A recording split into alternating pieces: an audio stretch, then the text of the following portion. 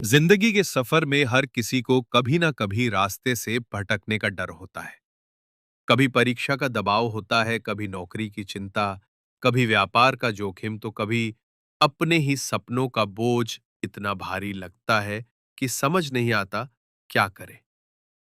ऐसे समय में अगर कोई ऐसा साथी मिल जाए जो न सिर्फ हमारे सवालों के जवाब दे, बल्कि हमें हमारे अंदर झांकने की ताकत भी दे दे, तो शायद जीवन कुछ आसान हो जाए। और यही काम करती है भगवत गीता। बहुत से लोग इसे एक धार्मिक ग्रंथ समझते हैं, लेकिन सच कहूं तो ये सिर्फ धर्म की बातें नहीं करता। ये जिंदगी की हर छोटी बड़ी चुनौती के जवाब देता है, उस भाषा में जिसे दिल समझ सके। आज मैं आपको बताने जा रहा हूं गीता के वो 7 गहरे सूत्र जो किसी भी इंसान, चाहे वो छात्र हो, कर्मचारी हो, व्यवसायी हो या कोई जो अपनी मंजिल की तलाश में हो, हर किसी की जिंदगी में बदलाव ला सकते हैं। पहला सूत्र। कर्म करो, फल की चिंता मत करो। श्लोक। कर्मण्येवाधिकारस्ते मा फलेषु कदाचन मा कर्म फला हेतुर्भूर्माते संगोऽस्त्व कर्मणि। अध्याय 2, श्लोक 47। अर्थ। तुम्हारा अधिकार केवल कर्म करने में है, उसके फल में नहीं। इसलिए कर्म को ही उद्देश्य मानो, फल की चिंता मत करो। अब जरा सोचिए, एक छात्र अगर सिर्फ नंबर के बारे में सोचता रहे तो क्या वो ठीक से पढ़ पाएगा? नहीं। लेकिन अगर वो मन लगाकर पढ़ाई करे, हर दिन थोड़ा थोड़ा सीखे, तो परिणाम खुद ब खुद अच्छा आएगा। ऐसे ही एक नौकरी पेशा इंसान को अगर हर वक्त प्रमोशन की चिंता रहे तो वो अपने काम में जी नहीं पाएगा। लेकिन अगर वो पूरी निष्ठा से अपना काम करे बिना फल की चिंता के, तो एक दिन वो प्रमोशन अपने आप उसके पास आएगा। और व्यापारी अगर हर बार नया आइडिया सिर्फ इस डर से ना अपनाए कि अगर घाटा हो गया तो कभी आगे नहीं बढ़ पाएगा। गीता यही कहती है, कर्म पर ध्यान दो, फल अपने आप आएगा। दूसरा सूत्र। अपने स्वभाव के अनुसार चलो। श्लोक। श्रेयान् स्वधर्मो विगुणः परधर्मात् स्वनुष्ठितात् स्वधर्मे निधनम श्रेयः परधर्मो भयावहः। अध्याय 3, श्लोक 35। अर्थ। अपने स्वभाव के अनुसार किया गया कर्म, चाहे थोड़ा भी क्यों ना हो, वो दूसरों के धर्म को अपनाकर सफल होने से बेहतर है। कितने ही छात्र होते हैं जो अपने मन का विषय नहीं चुन पाते, क्योंकि समाज या माता पिता का दबाव होता है। कोई आर्ट्स में अच्छा है लेकिन साइंस ले लेता है, फिर वो जिंदगी भर खींचतान में रहता है। कर्मचारी हो या व्यापारी, अगर आप अपने स्वभाव के विरुद्ध चलोगे तो अंदर से कभी सुकून नहीं मिलेगा। गीता कहती है, अपने स्वभाव, अपनी रुचि, अपनी आत्मा की आवाज सुनो, वही तुम्हारा धर्म है। उसी में तुम्हारी सफलता छुपी है। तीसरा सूत्र। अपने मन को जीतना ही सबसे बड़ी जीत है। श्लोक।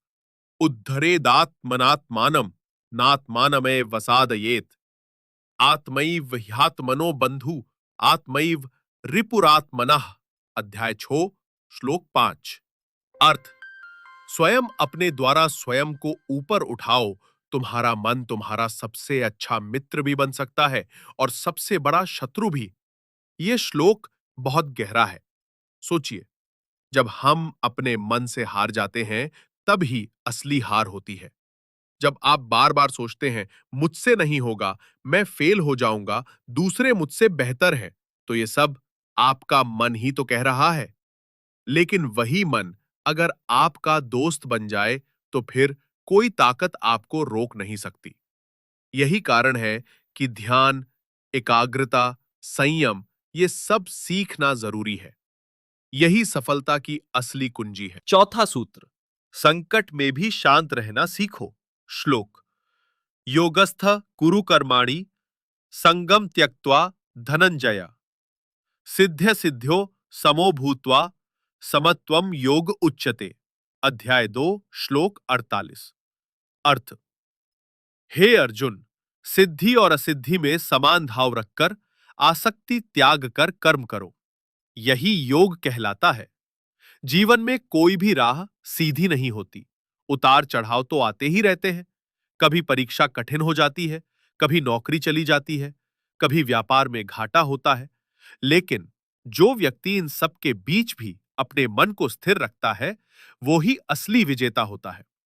गीता हमें सिखाती है कि संकट में भी अपने भीतर के सन्नाटे को सुनो, वहीं से समाधान निकलेगा। पांचवा सूत्र, श्रद्धा और भक्ति से ही ज्ञान और सफलता मिलती है।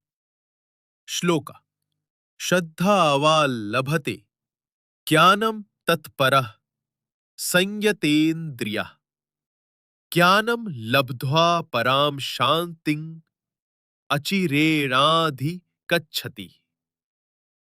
अध्याय 4, श्लोक 39। अर्थ, जिसे श्रद्धा होती है, संयम होता है और जो निष्ठा से जुड़ा होता है, वही व्यक्ति ज्ञान प्राप्त करता है और फिर शीघ्र ही परम शांति को पा जाता है। कई बार हम किसी राह पर चलते हैं, लेकिन मन में विश्वास नहीं होता। कोई कहता है, पता नहीं ये काम चलेगा या नहीं। जब श्रद्धा नहीं होती, तो प्रयास भी आधे अधूरे होते हैं। लेकिन जिसने अपने लक्ष्य, अपने गुरु और अपने रास्ते में श्रद्धा रखी, वही लगातार चलता है और अंततः अपनी मंजिल पाता है। श्रद्धा, निष्ठा और धैर्य, ये गीता की आत्मा है। छठा सूत्र, हर कार्य को सेवा समझकर करो। श्लोका, यत करोषि यदश्नासि यज्जुहोषि ददासि यत तपस्यसि कौन्तेय तत् कुरुष्व मदर्पणम। अध्याय 9, श्लोक 27। अर्थ, हे अर्जुन, जो कुछ भी तुम करते हो, खाते हो, अर्पण करते हो, दान देते हो, तपस्या करते हो, वह सब भगवान को अर्पित कर दो। जब हम अपने हर काम को सेवा मानकर करते हैं, तब उसमें अलग ऊर्जा आती है। चाहे आप पढ़ाई कर रहे हो, कोई मीटिंग ले रहे हो, फसल उगा रहे हो या कोई घर चला रहे हो, जब उसमें सेवा का भाव आता है, तो वो कर्म दिव्य बन जाता है। इस भाव से किया गया कोई भी कार्य थकाता नहीं, वो आपको भीतर से पोषित करता है। सातवां सूत्र, हर इंसान के भीतर ईश्वर है। श्लोक, ईश्वरः सर्वभूतानां हृद्देशे अर्जुन तिष्ठति भ्रामयन् सर्वभूतानि यंत्रारूढ़ानि मायया। अध्याय 18, श्लोक 61। अर्थ, हे अर्जुन, परमेश्वर सभी प्राणियों के हृदय में स्थित है और अपनी माया से उन्हें उनके कर्मों के अनुसार मार्ग पर चलाता है। इसका मतलब है, आप अकेले नहीं हैं। हर कदम पर, हर मोड़ पर ईश्वर आपके साथ है, आपके भीतर ही। तो जब भी लगे कि रास्ता कठिन है, जब भी लगे कि मैं हार जाऊंगा, तब अपने अंदर झांकिए। वहां ईश्वर बैठे हैं। वो आपको दिशा भी देंगे और शक्ति भी। तो दोस्तों, ये जो हमने 7 सूत्रों की बात की, ये कोई किताब के पन्ने नहीं है, ये आपके जीवन का नक्शा है। हर बार जब आप भ्रमित हो, थके हो, हारे हो, गीता की ओर लौटिए, क्योंकि गीता कोई पुरानी किताब नहीं, ये आज भी हर इंसान की जरूरत है। अगर आपको ये वीडियो पसंद आई हो, तो कमेंट में बताइए कौन सी टिप आपको सबसे ज्यादा प्रेरणा देती है। वीडियो को लाइक करें, दोस्तों के साथ शेयर करें और हमारे चैनल को जरूर सब्सक्राइब करें, ऐसी ही और जीवन बदलने वाली कहानियों के लिए।